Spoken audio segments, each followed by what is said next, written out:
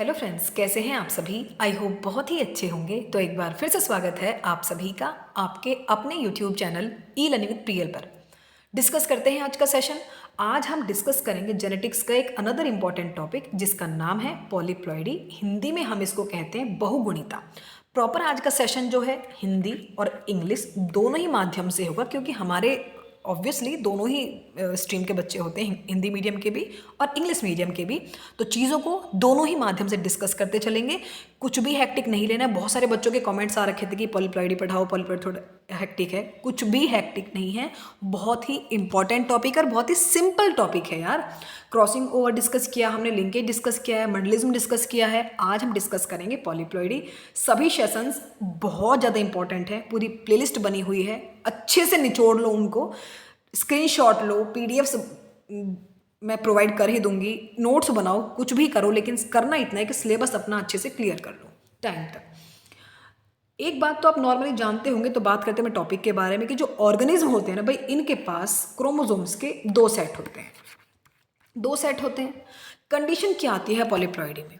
जब ऑर्गेनिज्म जो होते हैं इनके पास more than 2 sets of chromosomes, 2 set तो सबके पास है, लेकिन जब कंडीशन ये आ जाती है कि क्रोमोसोम्स के 2 से ज़्यादा सेट्स प्रेजेंट होते हैं किसी भी ऑर्गेनिज्म के पास, किसी भी जीव के पास, तो ऐसे ऑर्गेनिज्म को हम लोग कहते हैं पॉलीप्लॉइड ऑर्गेनिज्म। मतलब इसके पास 2 सेट क्रोमोसोम्स के जो हैं वो सबके पास है, लेकिन इसके पास कुछ ज़्यादा ही सेट हैं, उनको हम लोग कहते हैं पॉलीप्लॉइड ऑर्गेनिज्म। और जिनके पास ये गुण होता है उनको हम लोग कहते हैं पॉलीप्लॉइडी या फिर बहुगुणिता कह देते हैं हिंदी में।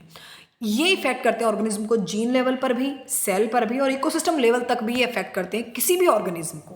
हिंदी में बात करते हैं, जब जीवों में गुणसूत्र के 2 से अधिक सेट प्रेजेंट होते हैं तो उन्हें बहुगुणित जीव कहते हैं, और उनके इस गुण को हम लोग कहते हैं बहुगुणिता। यहां तक की बात क्लियर है? थोड़ा सा आगे बढ़ते हैं फिर। अब ये बहुगुणिता जो है भाई, ये 3 प्रकार की होती है। पॉलीप्लॉइडी भी 3 प्रकार की होती है। एक तो होता है ऑटो पॉलीप्लॉइडी, और एक होता है आपका एलो पॉलीप्लॉइडी, और एक होता है आपका ऑटो एलो पॉलीप्लॉइडी। 3 प्रकार की होती है हमारी ऑटो पॉलीप्लॉइडी भी, सॉरी पॉलीप्लॉइडी। ऑटो पॉलीप्लॉइडी के सीन क्या होता है, सिंपल लैंग्वेज में बात करेंगे कि ये कंडीशन जब होती है जब एक्स्ट्रा सेट जो रहते हैं क्रोमोसोम्स के वो कब आते हैं, वो एक ही इंडिविजुअल से आते हैं। मतलब कि सेम इंडिविजुअल से क्रोमोसोम्स के 2 से ज़्यादा सेट आते हैं, तो ऐसी कंडीशन को हम लोग कहते हैं ऑटो पॉलीप्लॉइडी। मतलब कि सेम ही ऑर्गेनिज्म के सेट प्रेजेंट हैं लेकिन 2 से ज़्यादा हैं। ठीक है, ऑटो पॉलीप्लॉइडी वही कंडीशन है जब मोर देन 2 कॉपी, मतलब किसी भी जीनोम की या फिर जो भी क्रोमोसोम्स है उसकी 2 से ज़्यादा कॉपीज प्रेजेंट होती हैं और वो सेम प्रजाति की हैं, मतलब उसी स्पीसीज की हैं। ये बात नोट कर लेना, सेम स्पीसीज का रोल है ऑटो पॉलीप्लॉइडी में, तो उसको हम कहते हैं ऑटो पॉलीप्लॉइडी। वैसे तो नेचुरल तरीके से जो ऑटो पॉलीप्लॉइड से प्रेजेंट होते हैं, जैसे कि आपके एप्पल में प्रेजेंट होते हैं, बनाना में, दूब घास में, ग्रैप्स में, टमाटो में, वाटरमेलन में, इनफैक्ट मेज़ में भी प्रेजेंट होते हैं जो नेचुरल पॉलीप्लॉइड्स होते हैं। इनफैक्ट बरसम में, मैरीगोल्ड में भी प्रेजेंट होते हैं जो नेचुरल पॉलीप्लॉइड्स हैं। लेकिन पॉलीप्लॉइड को नेचुरल तरीके से तो प्रेजेंट है, लेकिन इसको केमिकली भी इंड्यूस कर सकते हैं हम, क्योंकि ये इवोल्यूशन में भी एक बेस्ट चीज़ है और जेनेटिक्स में तो इम्पॉर्टेंट है ही। तो पॉलीप्लॉइडी के अपने सिग्निफिकेंस भी बहुत ज़्यादा हैं। ठीक है, तो इसको पॉलीप्लॉइडी को हम लोग एक आर्टिफिशियल तरीके से भी इंड्यूस कर सकते हैं। उसके लिए एक प्रोसेस है, उसको हम कहते हैं कॉल्चिसिन ट्रीटमेंट। कॉल्चिसिन ट्रीटमेंट कहते हैं इसको, जिसकी कंसंट्रेशन ली जाती है 0.01 से 0.05 तक। 0.01 से 0.5% तक इसकी कंसंट्रेशन ली जाती है। ये आपसे पूछा जा सकता है कि पॉलीप्लॉइडी के लिए जो कॉल्चिसिन की जो कंसंट्रेशन है वो कितनी ली जा सकती है, तो ये आप नोट कर लेना, इंपॉर्टेंट है। अब आपके दिमाग में आया कॉल्चिसिन एक्चुअल में है क्या? कॉल्चिसिन बेसिकली एक एल्कलॉइड है।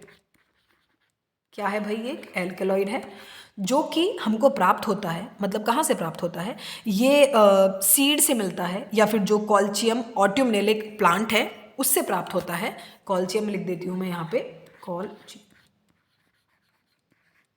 इसके सीड से इसको प्राप्त करते हैं कॉल्चिसिन को बेसिकली।